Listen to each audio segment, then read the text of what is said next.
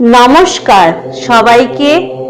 আজ আমার আলোচনার বিষয় হলো সমবেত উপাসনার রহস্য কি, কেন বাবামুনি একমাত্র ওঙ্কার বিগ্রহকেই পূজার বেদিতে প্রতিষ্ঠা করলেন। পৃথিবীর ইতিহাসে এমন কিছু প্রশ্ন আছে যার উত্তর যত গভীরভাবে অনুসন্ধান করা হয় ততই নতুন নতুন সত্যের দ্বার উন্মোচিত হয়। বাবামনির সমবেত উপাসনা সম্পর্কে এমনই একটি প্রশ্ন হলো, কেন সমবেত উপাসনার বেদিতে একমাত্র ওঙ্কার বিগ্রহ প্রতিষ্ঠিত? কেন সেখানে কোনো নির্দিষ্ট দেবদেবীর মূর্তি নেই? কেন সেখানে কোনো সম্প্রদায়ের প্রতীক নেই? কেন এমনকি স্বয়ং বাবামনির প্রতিকৃতিও উপাসনার কেন্দ্রবিন্দু নয়? এই প্রশ্নের উত্তর খুঁজতে গেলে আমাদের শুধু একটি উপাসনা পদ্ধতি নয়, বাবামনির সমগ্র বিশ্ব দর্শনকে বুঝতে হবে। কারণ সমবেত উপাসনা কোনো আকস্মিক সিদ্ধান্তের ফল নয়, এটি একটি গভীর উপলব্ধির ফল। এটি একটি যুগ দর্শনের প্রকাশ। এটি মানব জাতির জন্য এক মহৎ আধ্যাত্মিক পরিকল্পনা। বাবামনি যখন পৃথিবীর দিকে তাকান তখন তিনি শুধু মানুষকে দেখেন না, তিনি মানুষের অন্তরের অবস্থাও অনুভব করেন। তিনি দেখেন মানুষ ঈশ্বরকে খুঁজছে কিন্তু মানুষকে ভুলে যাচ্ছে, ধর্ম পালন করছে কিন্তু ধর্মের প্রাণকে হারিয়ে ফেলছে, উপাসনা করছে কিন্তু ঐক্য সৃষ্টি করতে পারছে না, মন্দির বাড়ছে কিন্তু হৃদয়ের দূরত্বও বাড়ছে, বক্তৃতা বাড়ছে কিন্তু ভালোবাসা কমছে। এই বাস্তবতা বাবামনির হৃদয়কে ব্যথিত করে। তিনি উপলব্ধি করেন মানুষের সবচেয়ে বড় সংকট অর্থের অভাব নয়, জ্ঞানহীনতাও নয়। মানুষের সবচেয়ে বড় সংকট হলো বিচ্ছিন্নতা। মানুষ থেকে বিচ্ছিন্ন, মানুষ প্রকৃতি থেকে বিচ্ছিন্ন, মানুষ নিজের আত্মা থেকেও বিচ্ছিন্ন। আর এই বিচ্ছিন্নতার কারণেই পৃথিবীতে অশান্তি জন্ম নেয়। এই বিচ্ছিন্নতার কারণেই সংঘাত জন্ম নেয়। এই বিচ্ছিন্নতার কারণেই ধর্ম অনেক সময় ঐক্যের পরিবর্তে বিভেদের কারণ হয়ে দাঁড়ায়। এই অবস্থায় বাবামনি এমন একটি সাধনার প্রয়োজন অনুভব করেন যা মানুষকে আবার একত্রিত করবে, যা মানুষকে তার প্রকৃত পরিচয় স্মরণ করিয়ে দেবে, যা মানুষকে শেখাবে তুমি প্রথমে মানুষ, তারপর অন্য কিছু। আর সেই উপলব্ধির ফলস্বরূপ আবির্ভূত হয় সমবেত উপাসনা। কিন্তু সমবেত উপাসনা যদি মানব ঐক্যের প্রতীক হয় তাহলে তার কেন্দ্রে কি থাকবে? এই প্রশ্ন অত্যন্ত গুরুত্বপূর্ণ। কারণ কেন্দ্র যা হবে, মানুষ ধীরে ধীরে তার মতোই হয়ে উঠবে। কেন্দ্র যদি বিভেদের হয় তাহলে বিভেদ জন্ম নেবে, কেন্দ্র যদি সংকীর্ণতার হয় তাহলে সংকীর্ণতা বৃদ্ধি পাবে, আর কেন্দ্র যদি সর্বজনীনতার হয় তাহলে ঐক্য জন্ম নেবে। এই কারণেই বাবামনি এমন একটি প্রতীক নির্বাচন করেন যা সকল ভেদাভেদ অতিক্রম করতে সক্ষম। সেই প্রতীক হলো প্রণব, পবিত্র ওঙ্কার। ওঙ্কারকে অনেকেই কেবল একটি ধর্মীয় চিহ্ন বলে মনে করেন, কিন্তু আধ্যাত্মিক দর্শনে ওঙ্কার তার চেয়ে অনেক বড়। ওঙ্কার কোনো একটি সম্প্রদায়ের প্রতীক নয়, ওঙ্কার কোনো বিশেষ গোষ্ঠীর সম্পত্তি নয়। ওঙ্কার হলো মহা সৃষ্টির আদিনাথ। ওঙ্কার হলো চিরন্তন সত্যের ধ্বনিরূপ প্রকাশ। ওঙ্কার হলো সেই মহাস্পন্দন যার মধ্যে সমগ্র সৃষ্টির অস্তিত্ব নিহিত। ঋষিরা গভীর ধ্যানের মধ্যে যে অনন্ত ধ্বনি উপলব্ধি করেন সেই ধ্বনির প্রতীক হলো ওম। তাই ওঙ্কারকে বলা হয় প্রণব। তাই ওঙ্কারকে বলা হয় সর্বমন্ত্রের উৎস। তাই ওঙ্কারকে বলা হয় পরম সত্তার ধ্বনিরূপ প্রতীক। বাবামণি উপলব্ধি করেন, যদি সমবেত উপাসনার উদ্দেশ্য হয় সকলকে একত্রিত করা, তাহলে এমন একটি প্রতীক দরকার যা সকলের হৃদয়কে স্পর্শ করতে পারে। যেখানে কোনো সম্প্রদায়ের আধিপত্য থাকবে না, যেখানে কোনো মতবাদের প্রাচীর থাকবে না, যেখানে কোনো বিভেদের সুযোগ থাকবে না। ওঙ্কার সেই কাজটি করতে সক্ষম, কারণ ওঙ্কার মানুষকে কোনো বিশেষ পরিচয়ে আবদ্ধ করে না, বরং সকল পরিচয়ে ঊর্ধ্বে তুলে ধরে। একজন মানুষ যখন ওঙ্কারের সামনে বসেন, তখন তিনি শুধু হিন্দু, মুসলমান, বৌদ্ধ বা খ্রিস্টান হিসেবে বসেন না। তিনি একজন আত্মা হিসেবে বসেন। তিনি একজন ভগবৎ সন্ধানী হিসেবে বসেন। তিনি একজন বিশ্ব মানব হিসেবে বসেন। আর এইখানেই সমবেত উপাসনার প্রকৃত রহস্য। সমবেত উপাসনা মানুষকে সংকীর্ণ পরিচয় থেকে বৃহত্তর পরিচয়ের দিকে নিয়ে যায়, ছোট থেকে বড়র দিকে নিয়ে যায়, সীমিত থেকে অসীমের দিকে নিয়ে যায়। বাবামণি তাই ওঙ্কারকে শুধু একটি প্রতীক হিসাবে দেখেন না, তিনি ওঙ্কারকে মানব ঐক্যের জীবন্ত কেন্দ্র হিসাবে প্রতিষ্ঠা করেন। আর সেই কারণেই সমবেত উপাসনার বেদিতে একমাত্র ওঙ্কার বিগ্রহ স্থান লাভ করে, কারণ ওঙ্কার সকলের। ওঙ্কার কারো বিরুদ্ধে নয়, ওঙ্কার সকলকে আপন করে নেয়। ওঙ্কার বিভেদ শেখায় না, ওঙ্কার মিলন শেখায়। ওঙ্কার বিরোধ শেখায় না, ওঙ্কার সমন্বয় শেখায়।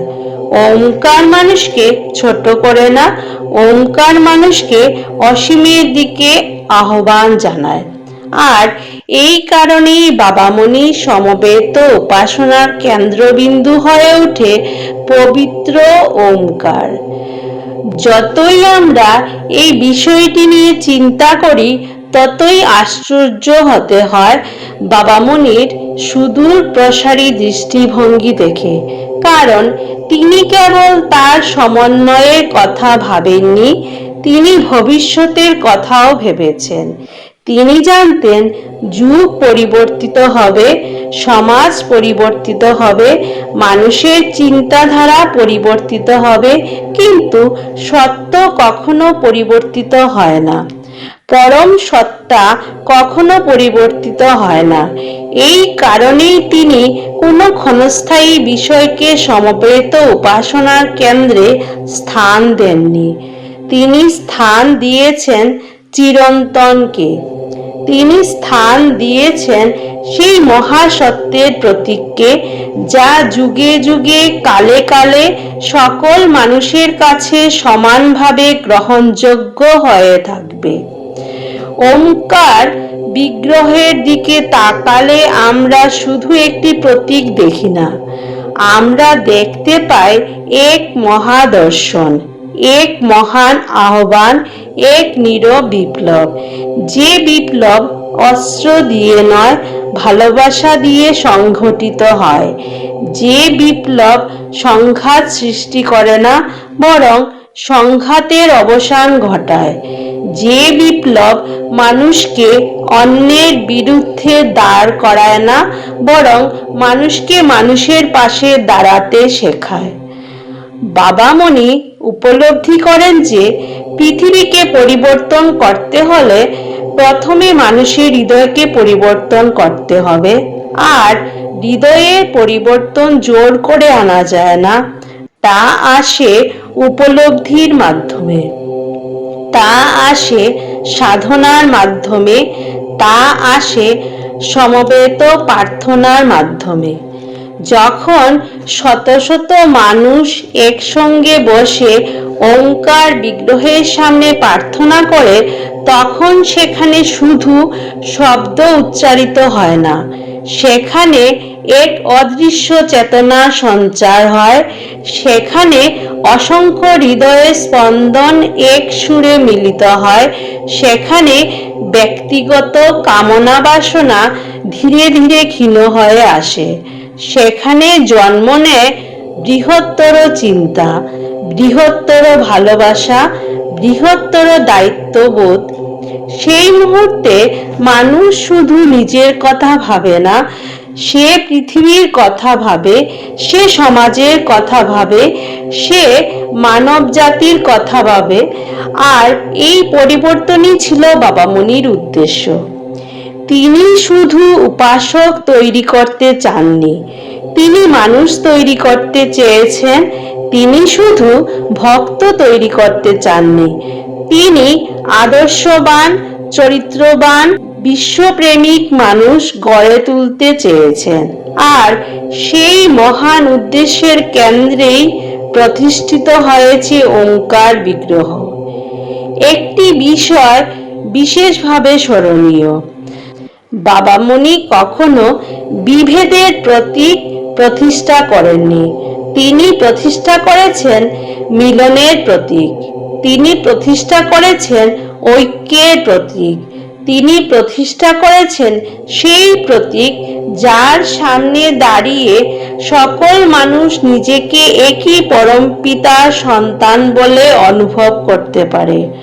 ওঙ্কার বিগ্রহ যেন নীরবে প্রতিদিন বলে চলেছে, তোমরা একে অপরের শত্রু নও, তোমরা একই সত্যের অনুসন্ধানী, তোমরা একই চেতনার অংশ, তোমাদের উৎস এক, তোমাদের লক্ষ্যও এক। আর যখন এই উপলব্ধি মানুষের অন্তরে জাগ্রত হয়, তখন সমাজে আসে শান্তি, বিদ্বেষের পরিবর্তে সহমর্মিতা জন্ম নেয়, বিভেদের পরিবর্তে ভ্রাতৃত্বের বীজ অঙ্কুরিত হয়, আর তখনই সমবেত উপাসনা তার প্রকৃত উদ্দেশ্য পূর্ণ করতে সক্ষম হয়। এই কারণেই বলা হয়, সমবেত উপাসনার বিধিতে প্রতিষ্ঠিত ওঙ্কার বিগ্রহ কোনো সাধারণ প্রতীক নয়, এটি বাবামণির বিশ্ব মানবতার স্বপ্নের দৃশ্যমান রূপ, এটি তার ঐক্যের বাণীর প্রতীক, এটি তার বিশ্ব কল্যাণের আহ্বানের প্রতীক, এবং এটি সেই চিরন্তন সত্যের প্রতীক যা যুগে যুগে মানুষকে বিভেদ থেকে মিলনের পথে, অন্ধকার থেকে আলোর পথে এবং সীমাবদ্ধতা থেকে অসীমের পথে আহ্বান জানিয়ে চলেছে। এই সব আলোচনা থেকে আমরা আরো স্পষ্টভাবে উপলব্ধি করতে পারি বাবামণি কেন সমবেত উপাসনার বিধিতে একমাত্র ওঙ্কার বিগ্রহকেই প্রতিষ্ঠা করলেন। তিনি কোনো নতুন সম্প্রদায় গড়তে চাননি, তিনি কোনো বিশেষ মতবাদকে প্রতিষ্ঠিত করতে চাননি, তিনি চাননি মানুষ নাম নিয়ে বিভক্ত হোক, তিনি চেয়েছিলেন মানুষ সত্যকে খুঁজে পাক, তিনি চেয়েছিলেন মানুষ পরম সত্তার দিকে অগ্রসর হোক, তিনি চেয়েছিলেন মানুষ মানুষকে ভালোবাসতে শিখুক। আর সেই কারণেই তিনি বেছে নেন ওঙ্কারকে, যে ওঙ্কার সকল বিভেদের ঊর্ধ্বে, যে ওঙ্কার সকল পথকে আপন করে নেয়, যে ওঙ্কার কোনো সংকীর্ণতার প্রতীক নয়, বরং অসীমের প্রতীক। সমবেত উপাসনার বেদিতে প্রতিষ্ঠিত ওঙ্কার বিগ্রহ যেন একটি নীরব ভাষায় প্রতিদিন আমাদের একটি কথাই স্মরণ করিয়ে দেয়, ঐক্যই শক্তি, প্রেমই ধর্ম, বিশ্ব কল্যাণী সাধনার লক্ষ্য। হয়তো এই কারণেই বাবামণি নিজের জন্য কোনো আসন রাখেননি, নিজের পূজা চাননি, নিজের প্রতিমা প্রতিষ্ঠা করেননি। তিনি মানুষের দৃষ্টি নিজের দিকে নয়, পরম সত্যের দিকে ঘুরিয়ে দিয়েছেন। এই বিনয়, এই ত্যাগ এবং এই বিশ্বজনীন দৃষ্টিভঙ্গি তাকে অনন্য করে তুলেছে। আজও যখন সমবেত উপাসনার পবিত্র বেদিতে ওঙ্কার বিগ্রহের দিকে তাকানো হয়, তখন মনে হয় এটি কেবল একটি প্রতীক নয়, এটি একটি আহ্বান, মানব ঐক্যের আহ্বান, ভ্রাতৃত্বের আহ্বান, বিশ্বপ্রেমের আহ্বান এবং পরম সত্যের পথে এগিয়ে চলার আহ্বান। বাবামণি চেয়েছেন আমরা যেন বিভেদের পরিবর্তে ঐক্যকে বেছে নেই, বিদ্বেষের পরিবর্তে ভালোবাসাকে বেছে নেই, সংকীর্ণতার পরিবর্তে বিশ্ব মানবতার আদর্শকে বেছে নেই। তাহলে সমবেত উপাসনার প্রকৃত উদ্দেশ্য সফল হবে। তাহলে ওঙ্কার বিগ্রহের নীরব বাণী আমাদের জীবনে বাস্তব হয়ে উঠবে। আর তখন আমাদের হৃদয়ের অন্তঃস্থল থেকেও ধ্বনিত হবে এক সত্য, এক মানব জাতি, এক পরমপিতা, এক প্রণব। বাবামণি বেদিতে কোনো ব্যক্তি প্রতিষ্ঠা করেননি, প্রতিষ্ঠা করেছেন এক আদর্শ। তিনি কোনো সম্প্রদায়কে কেন্দ্র করেননি, কেন্দ্র করেছেন সমগ্র মানব জাতিকে। আর সেই মহান আদর্শের প্রতীক হয়ে আজও সমবেত উপাসনার বেদিতে জ্যোতির্ময় হয়ে বিরাজমান পবিত্র ওঙ্কার। বাবামণি মানুষকে একটি প্রতীকের সামনে সমবেত হতে বলেননি, তিনি মানুষকে একটি সত্যের সামনে সমবেত হতে আহ্বান জানিয়েছেন। আর সেই সত্যের প্রতীক হলো পবিত্র ওঙ্কার। ওম শান্তি, ওম শান্তি, ওম শান্তি।